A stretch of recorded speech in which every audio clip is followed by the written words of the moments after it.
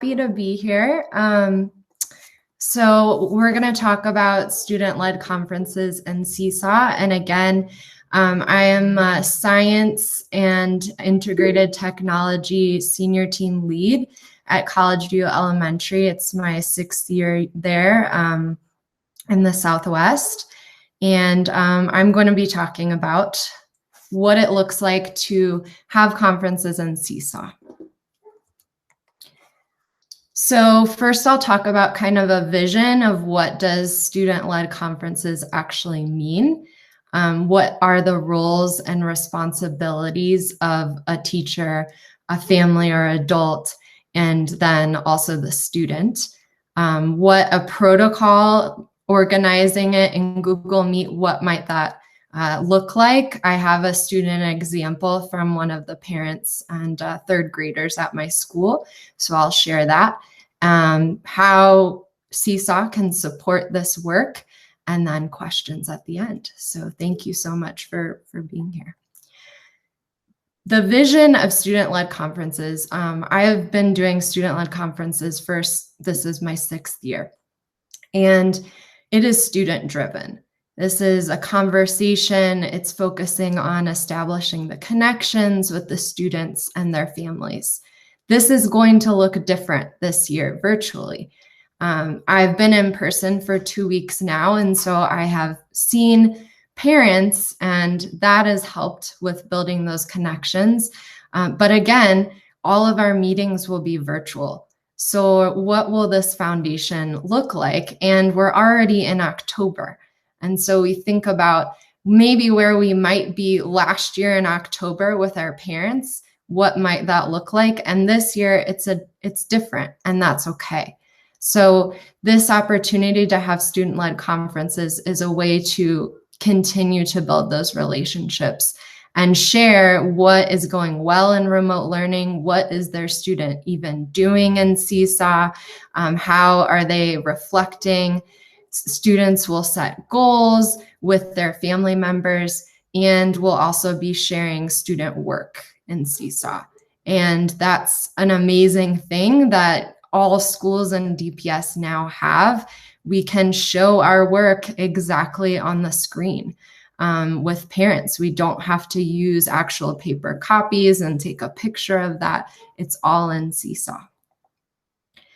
So in a student-led conference, the students and the stakeholders, everybody has a role.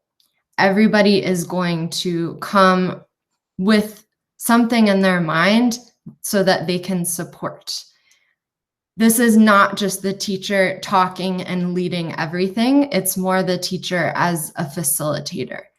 So the student ahead of time, it's important to reflect. I know that it's really busy and that we are doing so much right now with our students, and it's hard to think about how am I going to connect with a one-on-one. It might be a small group thing that you pull in Google Meet, and we're talking about goal setting today. They're going to reflect on what do they want to get better at. And we do this in kindergarten through 5th grade at College View. This is also applicable to middle school and high school. So students are going to be leading the conversation. The teacher is going to also reflect on their work, their skills, their strengths, and they're getting that data from our LMS Seesaw. And for high school students, it would be Schoology. So they're going to support the student, the teacher, during the conference with some guiding questions. I'll show you an example of what might that look like, but it's important to give our students and our families an opportunity to share and what's going well. It's a pandemic right now. It's really stressful. And I think having this parent-teacher check-in time is really important for the work. And we're going into our 2nd trimester. And we're going back in person for K-5. So there's a lot of new things going on, and it can support that work. Parents, if they have any questions, that's where you can mention that this would be a really good time to discuss what they need. Maybe they need some more support with Seesaw. What does it look like in the school? How should I be supporting them at home? So just thinking about possible questions that you might get. And then thinking about the student's role. Why is their work proficient? What are they doing well? And what do they want to share with their parents so that they can really take ownership of their learning? So this is what a protocol might look like. First, we have the students introduce the conference, and this can be guided with the teacher. Hello, welcome, and just set up what is the purpose of this meeting. This purpose is really to share our work and to share our learning that we've been doing since August in Seesaw. It's about sharing those goals and looking at the data. So this might be for many iStation data. It might be any reading assessments that you've done, any math assessments. And so this is a time when you will look forward into the future, maybe in person. What is that student's goal? What do they really need to look for when they're at home? Because I will tell you, 2 weeks in, you start to see different behaviors than what there was at home. And you're going to notice that some of your virtual students too, it's still going to be different because they have some barriers to focusing all of the time at home. So there's a lot of time in this portion of a protocol to focus on what do we want to get better at. Then it would be a time to look at student work. So I would choose something from math, literacy, a content area. This is when, if you want to invite other teachers, maybe it would be a specials teacher, a platoon. If you platoon, you might have both teachers there. It's sort of up to you of who you want the stakeholders to be and what work you want to showcase. And then at the end, it would be a time for the adult parent, family member to ask those questions, so that the majority of the time, it's the student leading this work. It's the student talking about their goals, and the family can kind of chime in and support at that point. So this is an example of what a goal setting template might look like. I will share this template right now that I've created for our school. And first, we're thinking about a learning goal. At College View, we have character strengths, so we always do a character goal as well. You might have a personal goal, anything that you feel would best support the student moving forward. This is totally student-driven. You may have to give some examples for students. So I taught second grade for 5 years, and I usually kind of looked at the standards that we were working on. And when I met with students in a small group, I would say, okay, this right now we are working on addition and subtraction within 100. Is this something that you want to keep working on? Or what are those standards in math that you see students may want to continue improving in? You will also base these in what you're seeing in Seesaw. When you're looking into the skills and standards, what are those students really thriving in, and what might they need some more support around? And coming up with 1 or 2 concrete ways that they can reach that goal.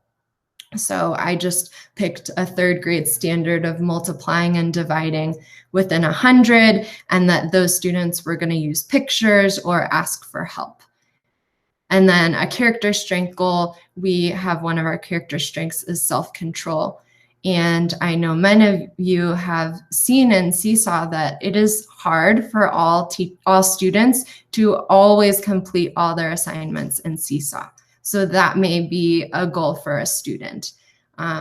It may look very different depending on your grade level, your focus, but it should be with the student that you are creating this goal. Also, data is going to look a little different. It's been very hard to do assessments at this point when we have all been at home remotely that are actually accurate and reflect students' learning. This may be something that you think about data. You may work on that next trimester. We have been taking iStation, and so we could have, this is something that I used actually on, we used to have physical learning portfolios. So I just copied the graphic that I had used that students would fill out each month of their iStation data. We also use the American Reading Company levels. So that is what that reading level means in third grade. They are in the white level. So this could even be recorded. The students could record their voice and say, I am in tier 3 in September and October in iStation, or etc. They may even do a video. It depends on what you want students to be using the tools and what is also developmentally appropriate. So now I'm going to show you an example with a third grade student at College View. She is going to be talking about her goals. We didn't talk about data. We also talked about her work samples. We are going to start your conference now, and we're going to talk about what you've been learning. Yeah? Okay. So we've already signed in. All right. Now we're going to share your learning and character strength goal. My goal is to try to spell words correctly. Great. And you're going to do that by spelling those tricky words, right? Yeah. And what is a character strength goal that you have? Use integrity to focus on listening, lessons, working in a quiet place, moving when I get distracted. Yes.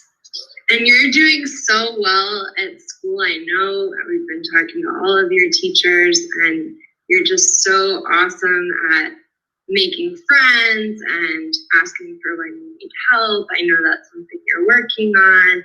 And you've also have such an awesome vocabulary, and I know you're working really hard. Is there anything else you're proud of this year? I'm proud of that I've been reading more, and like me and my mom have been like playing games and stuff That's like awesome. that. That's awesome. And these goals will help you. Yeah. Yes. We were talking about Ruby Bridges last week in class, and we were retelling the key events of the story of Ruby Bridges, right?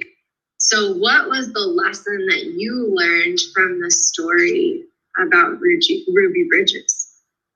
Is that she was a different color, so the people didn't want her in the other color school. So she was a Black student, and she was trying to go into a white school, right? Yeah. And you said that the lesson that you learned is to be brave and stand up for yourself. Yeah. So how did you see that in the story? Is how she didn't like always go like that or like cry in like the class. She just like focused, and like every day she would come like with a big bow in her, like a big white bow in her hair, and she was always very happy and like always like smiling. So that's how I knew that she was like standing up for herself. You're already identifying the lesson, and we're just working on putting that evidence, right, into your response. That's your next step, right? But you are doing such a good job explaining after the lesson. When we come back together as a group, you are able to tell your answers, and so we're really proud of all the work you're doing. Is there anything else you want to share with your mom about something you're proud about or a goal you have in literacy? A goal that I have in literacy, Mom, is that when I need help, sometimes I go into like a small group and sometimes she helps me. I mean, like all the time, but not like tells you the answers. No, nothing like that. But like she helps me. And I'm talking about Miss L. We like do like little small groups, and like she helps me with a lot of stuff. And when I need help with spelling something, like she always helps me. So my goal is to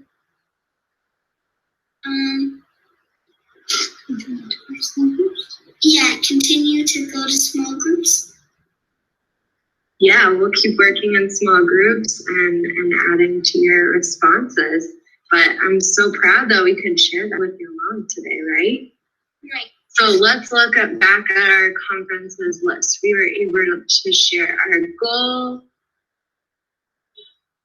We shared our reading level, and we shared our student work today. Mm-hmm. So we were able to complete our conference today, right? Yeah. So what do you want to tell your mom to end this conference and thank her for coming? Thank you for coming. So that is what it could look like in Google Meet. So I would have put the time for the student's parent. They knew when to sign in to my classroom's Google Meet, and I shared my screen so that we could go through it together. That was a little bit more guided than maybe the goal exemplar would be. This was the first time that we were doing it.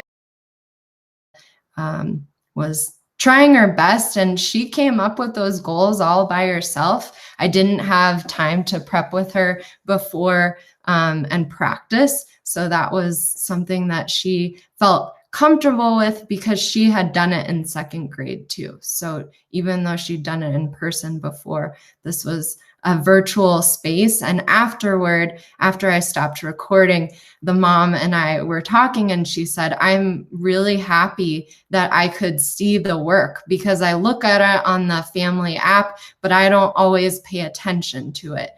So it was great to learn about the book that they were reading. And I think it can be really powerful to students to actually have time to share what they're learning with their parents. So this is the kind of a Seesaw protocol example that I've shared in the chat, and what it could look like. It's editable. I think that you could change it depending on your grade level. I think fifth graders, we've had them actually have a script and they kind of lead everything. It could look different depending on the student too.